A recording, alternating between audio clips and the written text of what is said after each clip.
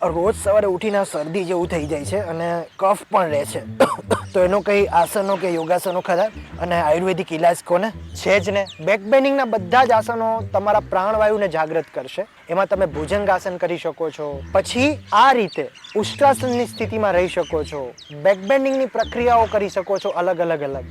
આ બધા આસનો કરવાથી તમારો પ્રાણવાયુ એક્ટિવેટ થશે અને જેટલો પ્રાણવાયુ એક્ટિવેટ થશે ને એટલી કફ અને શરદીની સમસ્યાની અંદર ઘણા અંશે રાહત થશે.